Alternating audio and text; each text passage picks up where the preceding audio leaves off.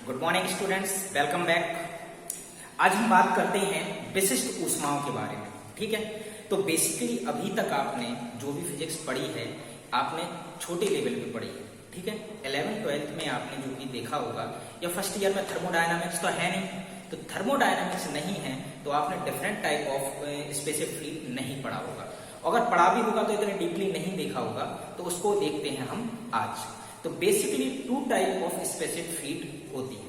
ठीक है, अब क्या होती है वो देखते हैं हम आज।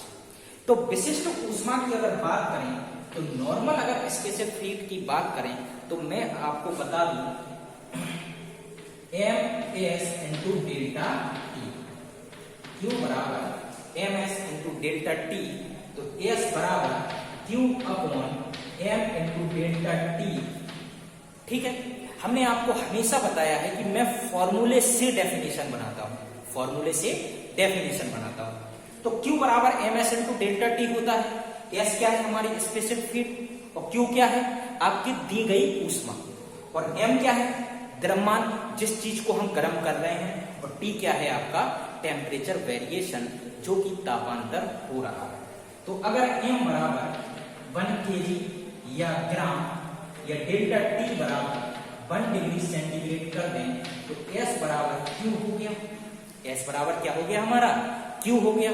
तो विशिष्ट ऊष्मा की परिभाषा यहीं से निकल के आती है कि किसी भी गैस के या किसी एलिमेंट की 1 ग्राम, किसी भी गैस या एलिमेंट की 1 किलोग्राम का ताप 1 डिग्री सेंटीग्रेड बनाने के लिए, 1 किलोग्राम का ताप 1 डिग्री सेंटीग्रेड बनाने के लिए जितनी ऊष्मा की जरूरत होती है उसे हम क्या कहते हैं? विशिष्ट ऊष्मा कहते हैं। तो ठीक है, सीधा सा फॉर्मूला याद रखा करो। नीचे की जो चीजें हैं आप उसको एकांक कर दिया करो, यूनिट कर दिया करो। तो 1 अगर हो जाएंगी तो 1 होने के कारण हमारा S इक्वल टू हो गया आपका Q। और Q क्या है? आपकी दी गई ऊष्मा। तो दी गई ऊष्मा किसके लिए? उस द्रव्यमान के लिए जिसमें हमें 1 डिग्री सेंटीग्रेड ताप में वृद्धि करना है। तो बेसिकली सीधी सी बात है कि अगर किसी ऑब्जेक्ट में या किसी गैस में 1 डिग्री सेंटीग्रेड के ताप में वृद्धि करने के लिए जितनी भी ऊष्मा की आवश्यकता होती है उसे हम क्या कहते हैं? विशिष्ट ऊष्मा कहते हैं।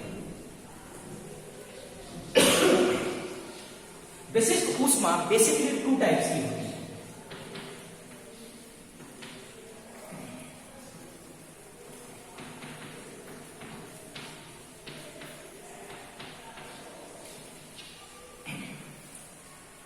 टू टाइप्स की होती हैं। एक तो नियत आयतन पर,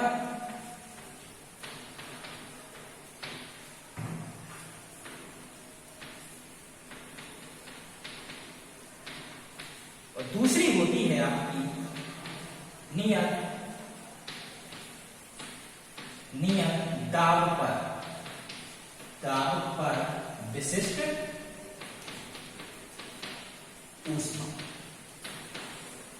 इसको रिप्रेजेंट करते हैं हम CV से, और इसको रिप्रेजेंट करते हैं हम CP से। V और P आपका सफिक्स में है। थोड़ा सा आज बारिश होने के कारण एनवायरनमेंट क्या है, थोड़ा सा आपकी लाइट नहीं आ रही है प्रॉपर, तो बोर्ड पे अगर आपको प्रॉपर ना दिखे तो क्या करना, पहले स्क्रीनशॉट ले लेना। स्क्रीनशॉट लेने के बाद फिर आप इसको पढ़ना। ठीक है, तो बेसिकली 2 टाइप ऑफ आपकी क्या हो गई हैं? स्पेसिफिक हो गई हैं। पहली क्या है? नियत आयतन पर, और दूसरी क्या है? नियत दाब पर। एक है आपकी CV, दूसरी क्या है? CP है। तो अगर हम यहां से डेफिनेशन बनाए दोनों, तो सबसे पहली लाइन हमें क्या जोड़नी है? नियत आयतन पर।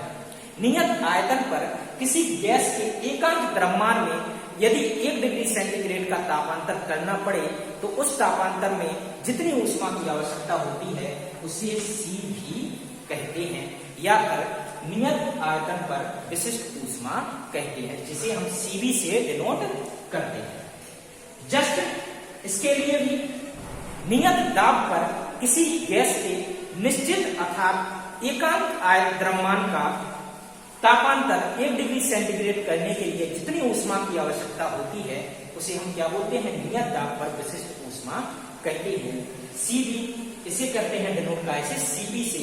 CV इज इक्वल टू होता है du अपॉन dt और Cp इज इक्वल टू होता है dq अपॉन dt, जहां u इज इक्वल टू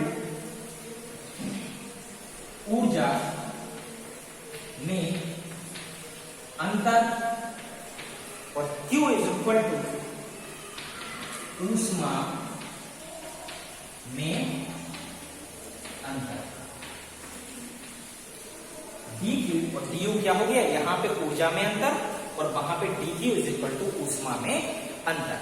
अब अगर हम बात करें कि Cv और Cp क्या होता है, तो एक रिलेशन पढ़ा होगा आपने सार्वत्रिक गुरुत्वाकर्षण नियतांक के माध्यम में कि Cp minus Cv is equal to R। ऊपर लिख रहा हूं मैं, Cp minus Cv is equal to R, अर्थात Cp is equal to R plus C into V। ये क्या होता है, इनमें रिलेशन होता है Cp minus Cv is equal to R। ठीक है, तो हमने क्या देखा, दो प्रकार की विशिष्ट ऊष्माएं देखी, दोनों का सूत्र देखा Cp इंटू Cv। और इसके बाद हमने क्या देखा, दोनों में रिलेशन क्या होता है। रिलेशन के साथ साथ हमने देखा कि भाई इनमें तीन प्रकार की गैसें हमने पढ़ी हैं। तीन प्रकार की गैसें हमने कौन कौन सी पढ़ी हैं, एक परमाणु, द्विपरमाणु और बहुपरमाणु। तीनों के लिए अलग अलग इनके मान होते हैं, वो क्या होगी कल हम बताएंगे। आज लाइट कम होने के कारण, आपकी ब्राइटनेस कम है, इस कारण मैं आज वीडियो यहीं पे बंद कर रहा हूँ। इसके आगे कल पढ़ाऊंगा। ठीक है, थैंक यू।